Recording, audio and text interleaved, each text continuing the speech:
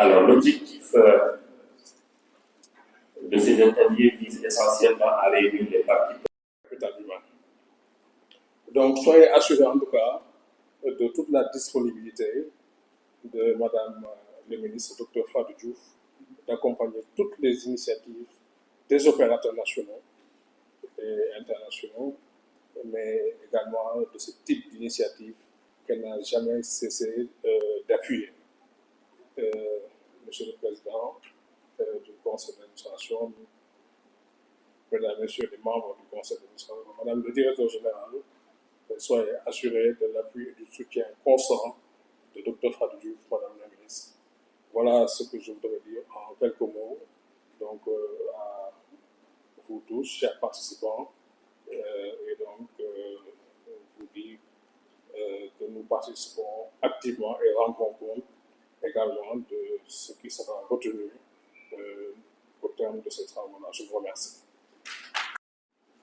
Salue la présence des participants et c'est avec un énorme enthousiasme que je souhaite, au nom de Dr Fatou Diouf, Madame le ministre des Pêches et de l'économie maritime, empêchée, vous dire un mot de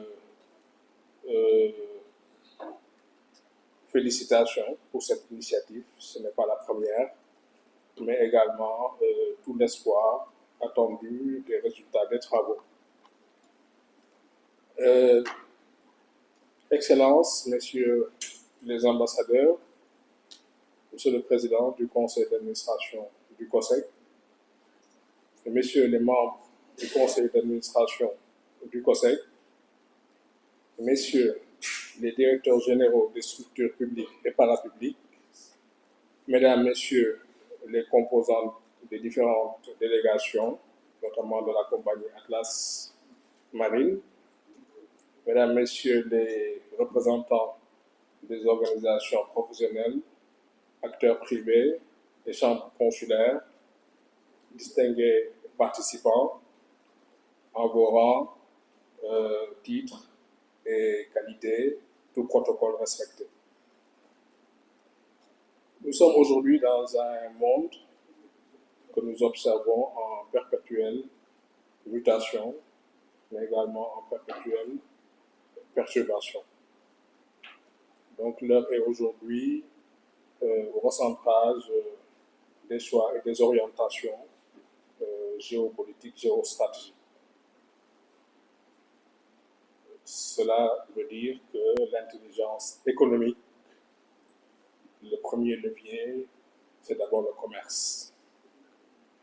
Et pour le commerce, il faut que la logistique soit bien articulée. Et quand on parle de logistique, on parle d'abord de transport, et notamment de transport maritime. Donc, c'est pour vous dire que l'importance des travaux qui nous réunissent aujourd'hui sont pour l'agenda national de transformation 2050 du gouvernement du Sénégal, attendu avec impatience.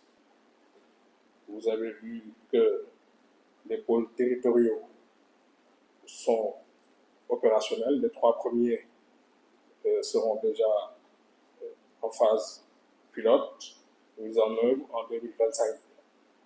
Pôles territoriaux ou clusters, j'ai entendu le mot cluster. Donc, ça fait partie des axes majeurs des orientations du gouvernement.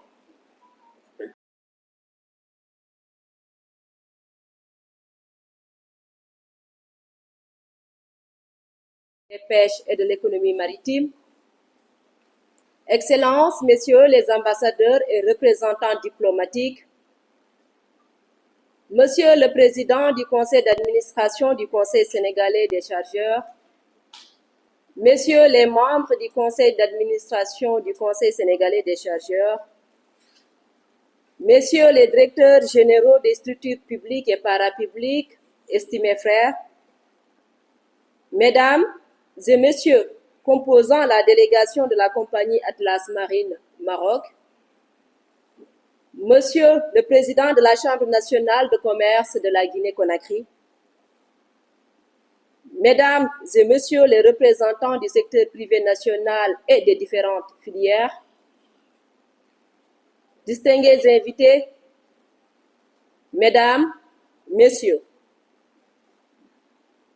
c'est avec un immense plaisir et une grande fierté que je vous accueille aujourd'hui au nom du COSEC à cet atelier stratégique consacré au développement des corridors maritimes par le cabotage, une initiative au cœur de notre stratégie nationale pour la connectivité régionale et l'essor du commerce maritime. Comme cela résulte de la vision Sénégal 2050, notre pays ambitionne de se positionner comme un carrefour logistique de référence en misant sur les services de transport multimodal, modernes, mais aussi durables. Dans le cadre de la mise en œuvre de cette ambition nationale, l'État du Sénégal a défini de nouvelles orientations stratégiques pour renforcer le commerce maritime et la logistique régionale. Le cabotage sous-régional constitue ainsi un pilier qui permet de renforcer la connectivité entre le Sénégal et ses partenaires régionaux grâce à des liaisons régulières et fiables avec une réduction des coûts logistiques, des délais d'acheminement des marchandises. De plus, le cabotage stimule les échanges sud-sud au sein de la zone de libre-échange continentale africaine en acronyme ZLECAf, en exploitant pleinement le potentiel du commerce intra-africain. Cela dynamise notre flotte nationale et encourage les investissements privés dans le secteur du transport maritime. Face aux mutations économiques et à la nécessité d'intégrer pleinement les marchés africains, le Conseil sénégalais des chargeurs a pris l'initiative d'organiser cet atelier dans l'optique d'examiner les liaisons maritimes Dakar-Praia, Dakar-Agadir, Dakar-Alger, mais aussi Dakar-Conakry et Dakar-Banjul. Ces routes constituent des axes stratégiques pour diversifier et sécuriser nos marchés, l'exportation et l'importation de nos produits, accroître la compétitivité de nos filières sur les marchés régionaux et internationaux et soutenir la croissance économique tout en fluidifiant les échanges et en valorisant nos ressources nationales. Elles exigent cependant des investissements ciblés, infrastructures portuaires adaptées, flotte compétitive, facilitation douanière et cadre réglementaire harmonisé. Comme le rappellent les travaux de l'Union africaine sur l'économie bleue, l'Afrique ne représente encore que 3% du trafic maritime mondial, alors même que notre continent dispose d'un potentiel immense. Des côtes riches, des ports en pleine modernisation et une population en forte croissance. Le développement des corridors par le cabotage est une réponse concrète aux défis identifiés. Un coût de fret élevé, une faible intégration régionale, une dépendance assez importante aux armements étrangers. Mesdames et messieurs, le Sénégal, par sa position stratégique, se situe au carrefour de l'Afrique, de l'Europe et des Amériques. Cette position, nous devons la transformer en avantage compétitif au service de nos chargeurs, de nos exportateurs et de nos importateurs. Le cabotage est majeur pour atteindre ces objectifs. Cet atelier qui se veut un creuset de concertation inclusif et fécond, associant décideurs publics, opérateurs privés et partenaires techniques, vise principalement à renforcer la coopération maritime sous-régionale en développant le cabotage sur des axes stratégiques identifiés afin de créer un cadre favorable à des échanges maritimes réguliers, compétitifs et durables. Ensemble, nous pouvons transformer ces opportunités en réalité tangible et ainsi positionner le Sénégal comme un hub maritime et logistique de référence en Afrique de l'Ouest. Permettez-moi, mesdames et messieurs, de saluer l'engagement de nos partenaires régionaux et internationaux et d'inviter chacun des acteurs ici présents à contribuer activement au débat, à partager ses expertises et expériences et à proposer des pistes innovantes. Je nous invite donc à des échanges riches, ouverts et constructifs. En plus de nos réflexions, dont je suis convaincue d'avance de la profondeur et de la pertinence, j'exhorte ensemble à produire une feuille de route opérationnelle pour le développement des lignes maritimes ciblées, à en apprécier les défis et les opportunités, et enfin à créer un cadre de synergie qui nous permet de traiter et de transcender toutes les questions inhérentes à la réalisation de projets aussi ambitieux entre États aux intérêts communs. Je terminerai par là. Le COSEC est résolument engagé dans la mise en œuvre de solutions durables pour faciliter le commerce maritime. Nous voulons bâtir avec vous des corridors sûrs, compétitifs et intégrés, capables de dynamiser nos économies, de réduire nos coûts logistiques et de faire du cabotage un véritable moteur de la zone de libre-échange continentale africaine. Mesdames, Messieurs, je vous remercie pour votre engagement constant aux côtés du COSEC et vous souhaite plein succès dans vos travaux. Je vous remercie. Sont faites avec l'Europe et l'autre partie avec l'Amérique du Sud. Et pour moi, c'était inconcevable qu'un pays qui fait déjà partie du continent africain, qui est certes dans les eaux, mais à côté un jour de navigation du Sénégal, en fait, n'avait pas de relations commerciales avec ces pays voisins. Donc c'est une lacune qu'on a cherché à trouver, tant bien que mal.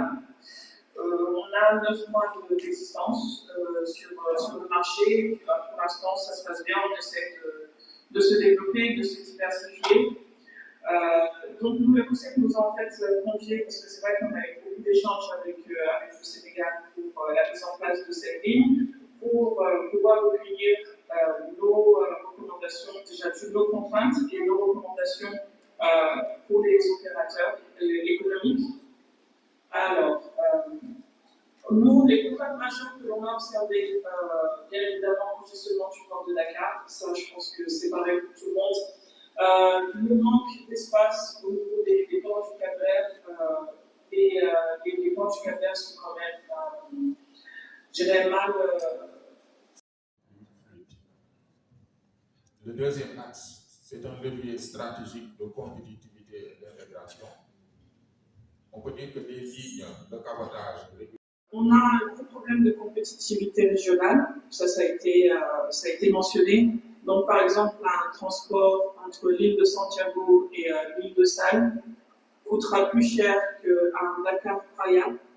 Un Dakar-Praia coûtera plus cher qu'un Lisbonne dans la sous-région. Ce qui fait que les transactions sous-régionales, en fait, ne sont pas toutes compétitives et ça crée en fait des problèmes sur l'expansion même des économies locales et de nos rapports locaux. Les autres contraintes observées, c'est grosse lenteur administrative au niveau du port, au niveau des douanes. Surtout, je pense que le désavantage qu'on a par exemple au Cap-Vert, c'est que le port ne fonctionne pas 24 heures sur 24, comme par exemple le port de Dakar. L'administration douanière est fermée le week-end, et quand on a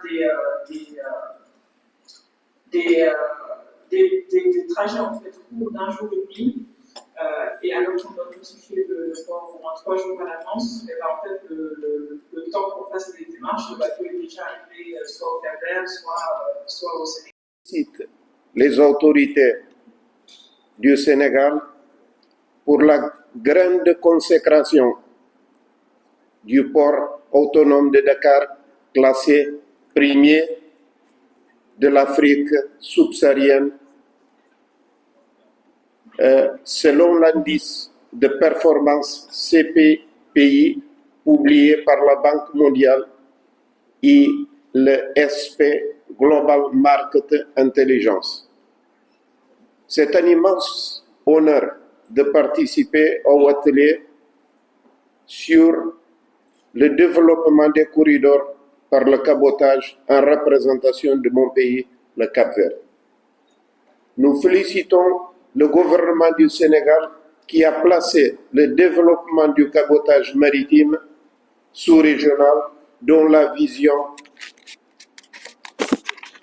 Sénégal 2050, tout en identifiant le cabotage maritime sous-régional comme un levier stratégique. Le Cap-Vert est un pays archipélagique composé de 9 îles. Le cabotage est un concept fondamental pour le Cap-Vert, permettant la liaison entre ces îles par voie maritime et jouant un rôle clé dans la logistique et la connectivité de l'archipel. La liaison maritime Praia-Dakar, Dakar-Praia va sûrement créer un hub atlantique. Le Cap-Vert est un pays de 500 000 habitants, mais qui reçoit 1 million de touristes par an. Le Cap-Vert importe pratiquement 90% de sa consommation venant surtout de l'Europe. Il y a un potentiel énorme à explorer entre le Cap-Vert et le Sénégal dans le cadre de la liaison Praia-Dakar, Dakar-Praia. La distance approximative entre Praia et Dakar est de 644 km.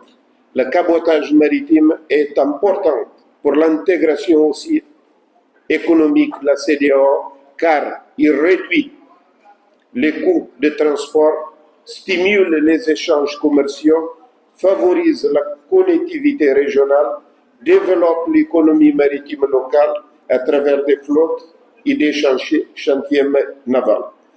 Et aussi créer des emplois et renforce la connectivité de la région en la reliant mieux à la chaîne logistique mondiale.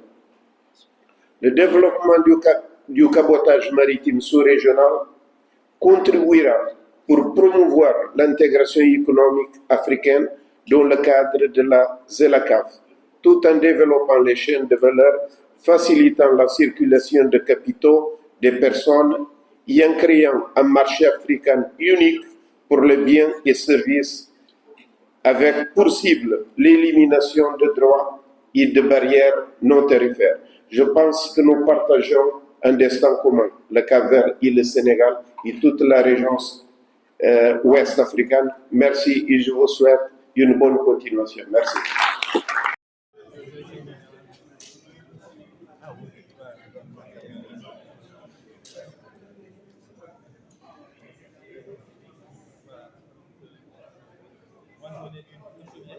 Non, non. Ça, c'est très important.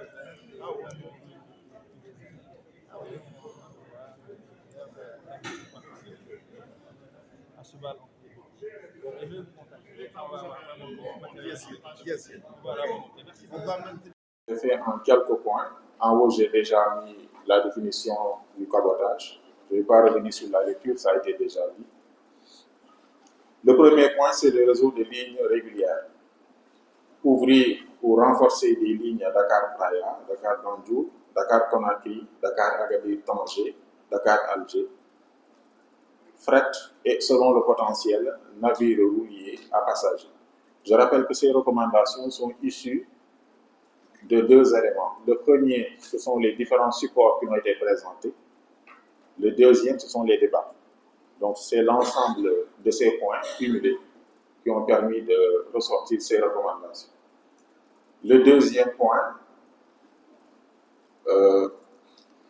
offre pour les chargeurs. Donc, garantir une offre réellement régulière, fréquence annoncée, qualité de service, tarification lisible et sécuriser les engagements de volume avec les chargeurs. Le troisième point, manutention et productivité sur les quais, optimiser les opérations portuaires, fenêtres pour les navires, créneaux nautiques dédiés, aires d'empotage et de dépotage, paiement électronique et circuit accéléré, port, douane, contrôle sanitaire et phytosanitaire. Troisième axe, port secondaire et facilitation au Cap-Vert. Équiper Praia, Banjul et Conakry de rampes pour navires rouliers modulaires, chariots élévateurs lourds, prises pour conteneurs frigorifiques, pont bascule. Ensuite, mettre en place un guichet unique et une reconnaissance mutuelle sanitaire, phytosanitaire et douanière entre le Sénégal et le Cap-Vert. Étendre les horaires et la capacité à quai à Praia. Cinquième point, conteneurisation. Accélérer la conteneurisation avec l'opérateur terminal DP World, avec des créneaux dédiés, zone pour conteneurs frigorifiques, processus numérique de bout en bout, connaissement électronique, certificat électronique, paiement électronique. Donc, c'est la digitalisation.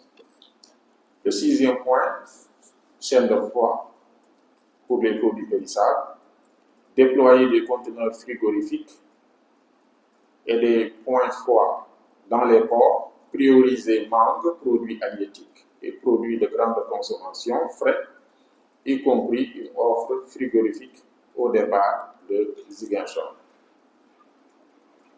Septième point, flotte et diversification de l'offre, diversifier et rajeunir la flotte donc de navires polyvalents, feeders, navires rouliers, capacité frigorifique pour servir les produits périssables, produits de grande consommation, produits agricoles, approvisionnement minier et secteur du bâtiment et des travaux publics, ne pas rester focalisé sur le ciment et le basalte. Huitième point, partenariat opérateur, mobiliser donc COSAMA pour les dessertes régionales et Atlas Marine pour une ligne régulière Agadir-Dakar, associer l'opérateur capverdien pour l'axe Praia. 9. Projet pilote immédiat. Démarrer avec les acteurs déjà prêts, notamment l'axe Sénégal-Guinée, et aménager un quai ou un couloir dédié au cabotage dans les ports pilotes. 10. Cadre bilatéral et sous-régional. Stabiliser le personnel technique du Conseil et de voir jusqu'à 4 représentants de la plénière pour considérer le document vers le plan d'état. Puisque l'expert qui avait le réacteur lui-même dit que c'est un produit à parfaire pour que dans une semaine, dans 10 jours, on ait le document définitif qui sera partagé en ligne. Si vous en êtes d'accord, on adopte les recommandations par acclamation, où on met en place l'autorité, on acclame, on adopte par acclamation, puis parce que mon vice-président va passer à quelques mots pour la clôture de nos travaux. Sauf les avis de votre part, c'est la proposition que je vais faire. L'analyse de politique, n'est-ce pas, qui travaillera avec la parfaite puissance. Donc, merci beaucoup, monsieur le président du conseil d'administration. Qui nous soutient tout le temps, le président du conseil d'administration du COSEC, madame la directrice générale du COSEC et par ailleurs le président du conseil d'administration de COSAMA, les acteurs sportifs et les partenaires. Je remercie le doyen Niangou pour son plaidoyer, mais également nos partenaires Atlas Marine, également la délégation guinéenne, avec qui nous avons tenu une séance de travail, ou des séances de travail très fructueuses. Votre présence et vos contributions nous sont très très utiles. Je disais à madame la directrice générale que quand elle m'a informé de l'organisation de cet atelier, qu'elle le faisait pour nous. Parce que c'est nous qui allons. Et je disais également que ces contributions, si on avait pris un cabinet d'études de tout ce que nous avons entendu aujourd'hui, ça allait nous coûter très cher. Mais Dieu merci, la qualité des échanges que nous avons entendus aujourd'hui nous réconforte dans notre position de faire de COSAMA un arrêt de référence. Cette mobilisation conforte, comme je l'ai dit tout à l'heure, notre ambition commune qui est de relancer le cabotage national et sous-régional, mais également de renforcer les corridors et développer des partenariats publics-privés au service d'une logistique plus résiliente et compétitive. Je pense qu'on ne peut pas parler de compétitivité de nos économies sans une maîtrise de la chaîne logistique. Et dans cette chaîne logistique, le transport, de façon générale, et particulièrement le transport maritime, joue un rôle essentiel. En tout cas, nous avons pris bonne note de toutes les recommandations que nous avions appliquées dans la mesure du possible et restons pleinement engagés, mes équipes et moi, à co-construire cette feuille de route opérationnelle. En tout cas, merci pour votre confiance. Nous restons disponibles pour les prochaines étapes et pour une application effective de ces recommandations que nous venons d'écouter. Merci beaucoup. Merci encore aux organisateurs, et particulièrement à l'équipe du COSEC, qui vraiment a joué un rôle très important, qui nous ont facilité beaucoup de contacts. Et je citerai, pour ne pas oublier, le directeur Abbassal. Ça, je tenais à le remercier, à féliciter, qui a facilité, malgré le temps très court de l'arrivée des délégations, à organiser des réunions techniques avec Atlas Marine et avec la délégation guinéenne. Et ce que nous avons entendu tout à l'heure avec le président Baldé, nous réconforte dans notre position d'être très pragmatique et concret et d'aller de l'avant. En tout cas, nous avons entendu, comme Mme la directrice générale l'a dit aussi ce matin, cette ligne existe déjà, ces projets existent déjà, il suffit de les mettre à jour et de continuer. En tout cas, vous pouvez compter sur notre engagement pour mener à bien ces projets-là. Merci également au doyen Cham pour ses recommandations, ces deux recommandations particulièrement, et le directeur de la Sogenav a dit ce matin pour la navigabilité du fleuve Sénégal. Je pense qu'il y a des choses à faire et Inch'Allah, nous allons le faire. Merci encore à tous et merci encore à Mme le PCA qui ne cesse de nous accompagner et de nous aider pour réussir cette mission. Merci beaucoup.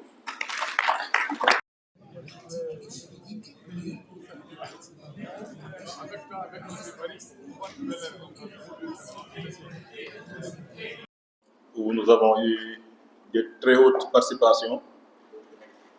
Si nous devions dire quelques mots, ce serait d'abord de remercier son Excellence, l'ambassadeur du Cap-Vert. Je pense que sa présence a beaucoup rehaussé l'atelier et il est resté toute la journée. Nous remercions aussi le représentant du ministre parce que nous savons que nous sommes sous tutelle et avoir la tutelle avec nous nous encourage et nous prouve que nous sommes sur le bon chemin. Nous remercions aussi tous les directeurs généraux qui ont rehaussé de leur présence cette journée parce que nous savons que les agendas sont très chargés, mais ils ont tenu à être là. Nous remercions aussi les experts parce que je pense que tout le monde ici va rentrer avec beaucoup plus de compétences, beaucoup plus de connaissances sur ce sujet qui est très technique et qui est important. Important par ses résultats, mais aussi important en tant qu'opportunité d'affaires pour les opérateurs sénégalais. For the English spoken people, we say also thank you for coming and for your contribution. Senegal remains a country open for partnership in a win-win spirit. So we are sure that the debate will go on with COSEC and COSAMA for a common roadmap. Donc, nous avons aussi pu travailler, échanger et faire aussi une feuille de route. Je pense que c'est très important. Ça veut dire que ce qu'on a construit aujourd'hui n'est pas perdu. Et le président a eu quand même la sagesse d'ajouter à cette feuille de route un comité de synthèse qui vous permettra à chacun de recevoir les contributions qui ont été échangées. Donc nous vous remercions tout le monde pour vous dire que c'est juste un jalon qui est posé parce que ensemble, soyez sûrs qu'avec la DG que nous avons, vous serez encore mobilisés pour d'autres aventures. Merci beaucoup. La séance est levée.